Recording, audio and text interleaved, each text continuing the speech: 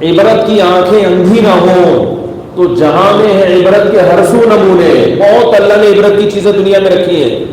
مجھے کسی نے بتایا کہ پچھلے مہینے یا 2-4 مہینے پہلے کسی انڈیا کی بہت مشہور اداکارہ کا انتقال ہو گیا, اور پتہ نہیں اچانک ہو گیا یا کسی نے گولی مار دی, واللہ اعلم, مر گئی. تو بتانے والے بتا رہے تھے کہ بہت مشہور تھی اور بہت دنیا میں اس کے گانے وانے چلے, لیکن اچانک مر گئی. تو میں نے کہا اب تو لوگوں کو بڑی عبرت ہوئی ہوگی, یار کتنی دنیا کمائی اس نے, عزت کمائی, اور وہ عزت 1 منٹ میں بولو بھائی خاک میں مل گئی. اور وہ انڈیا کی تھی تو اس کو جلایا گیا. میں نے کہا اور عبرت ہوگی پھر تو لوگوں کو, اداکارہ ہوگی تو ظاہر ہے خوبصورت بھی ہوگی, اچانک مر گئی, اس کو جلا کے اس کی راکھ بنا دی گئی. انڈیا والے تو ایسے ہی کرتے ہیں نا ہندو, تو پھر تو اس کی راکھ کو دیکھ کے لوگوں کو اور زیادہ ہندوؤں کو عبرت ہو گئی ہوگی کہ بھائی یہ انسان کی حقیقت ہے. اتنی ترقی کرتے کرتے آسمان کی بلندیوں تک پہنچو اور دھڑام سے بولو بھائی, دھڑام سے ختم, ایک لمحے میں سب کیا ہو گیا, مل گیا, میٹ ہو گیا. لیکن عبرت کی آنکھیں انسان کی اندھی ہو چکی ہیں. لوگ بتا رہے ہیں کہ بجائے عبرت ہونے کے اور اس کے ایصال ثواب کے لیے اس کے گانے چلائے جا رہے ہیں. محترمہ ایسے ناچتی تھیں, ایسے گاتی تھیں, یہ ان کی مشہور فلمیں ہیں, اس سے اس کی راہ کو کوئی فائدہ ہوگا؟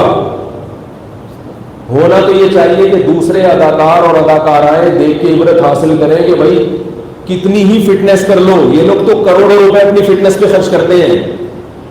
مجھے کسی نے بتایا تھا کہ کوئی اداکارہ پتہ نہیں 2 کروڑ روپے اس کی صرف سالانہ اس پہ ڈسٹمپر پہ خرچ ہوتے ہیں. 2 کروڑ, یہ پتہ نہیں 1 کروڑ ڈسٹمپر پہ, میں میک اپ پہ. یعنی یہ عام ڈبے جو ہم لوگ کے ہیں دیوانوں پہ, یہ والے نہیں چلتے, وہاں بہت مہنگے مہنگے ڈبے ہوتے ہیں جو صرف فٹنس کے لیے, کہ بھائی دیکھنے میں کیا نظر آئے, اٹریکٹیو. تو جب تک وہ اٹریکشن ہوتی ہے دنیا سلوٹ کرتی ہے, ان کے گانے سنتی ہے, دنیا کہتی ہے واہ واہ واہ. کہیں گزر جائیں تو جھک جھک کے لوگ کوشش کرتے ہیں ان سے سلام کریں, آٹوگراف لیں, ان کے ساتھ اپنی سیلفیاں بنائیں. اب بناؤ نا اس راک کے ساتھ اپنی سیلفی ہے بھائی. اب اس سے وہ مر گئی تو بغلگیر ہو نا اس سے.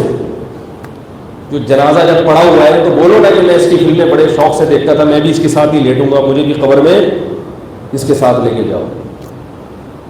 سب کہتے ہیں بھائی نہیں نکالو اس کو, یار نکالو. اور مسلمانوں میں تو کم عبرت ہوتی ہے, ان کے یہاں تو زیادہ عبرت ہونی چاہیے. ہم تو پھر بھی عزت سے نہلا کے مردے کو کفن پہنا کے جنازہ پڑھ کے دفن کر دیتے ہیں. غیر مسلموں کے ہاں تو میت کا عجیب ہی حال ہوتا ہے. ان کے تو بہت خطرناک, جب جلانے کا منظر میں نے یوٹیوب پہ دیکھا, بعض مردے جو ہندو لوگ جلاتے ہیں تو اتنا وحشتناک منظر, اس پہ نیچے کسی کے کمنٹس تھے الحمدللہ علی نعمت الاسلام. ہندو جو جلاتے ہیں نا یوٹیوب پہ میتیں, وہ ہیں ان کی کہ وہ میت کو جلاتے کیسے.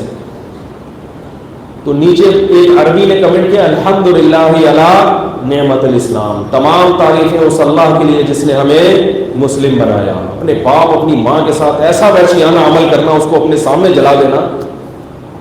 انسانی لاش کا بھی تو کوئی اکرام ہوتا ہے, وہ انسان ہے, وہ جانور تھوڑی ہے. تو عبرت ہونی چاہیے, مگر عبرت کے اس موقع پر عبرت بولو بھائی نہیں ہوتی, اور بغاوت پھیلتی ہے. لوگ ان کی تعریفوں میں زمین آسمان کے قلابے ملاتے ہیں. اسی وجہ سے یاد رکھو اسلام میں کسی غیر مسلم کے لیے مرنے کے بعد دعا کرنے کی اجازت بولو بھائی نہیں ہے.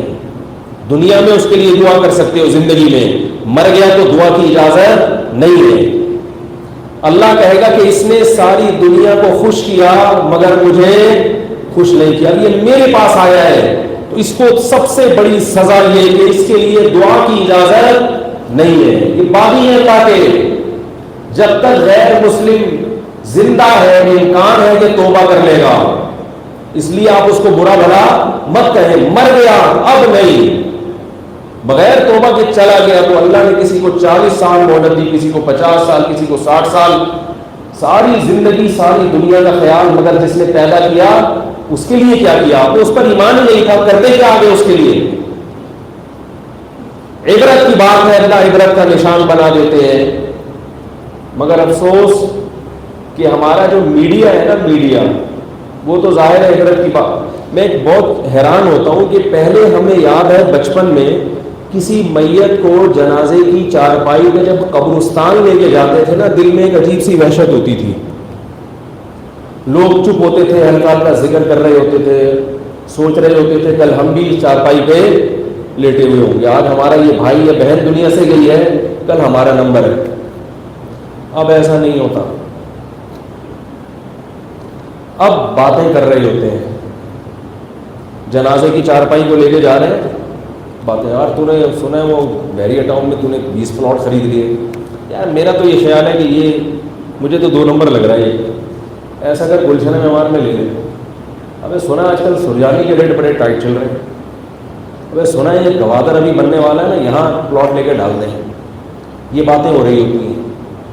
اللہ بتا رہے ہیں کہ تو بحریہ پورا ٹاؤن، بحریہ ٹاؤن بھی خرید لے نا، جو بحریہ ٹاؤن کا مالک ہے نا وہ بھی کل اسی چارپائی کے اوپر بول دیا کرو بھائی میں آپ کے لاشعور میں ڈالنا چاہ رہا ہوں یہ چیزیں، میں اپنے لیے بھی کہہ رہا ہوں یہ باتیں کہ مجھے بھی اللہ سمجھ دے۔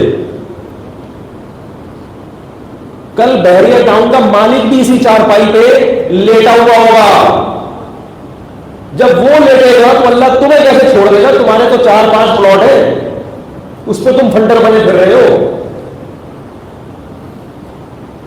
ایسے ایسے حکمران دنیا میں پیدا ہوئے، آدھی آدھی زمینوں پہ حکومت کی ہے انہوں نے، تھوڑے دنوں کے بعد وہ بھی کہاں کے لیٹ گئے؟ بولو نا یار، چارپائی بھی لیٹ گئے۔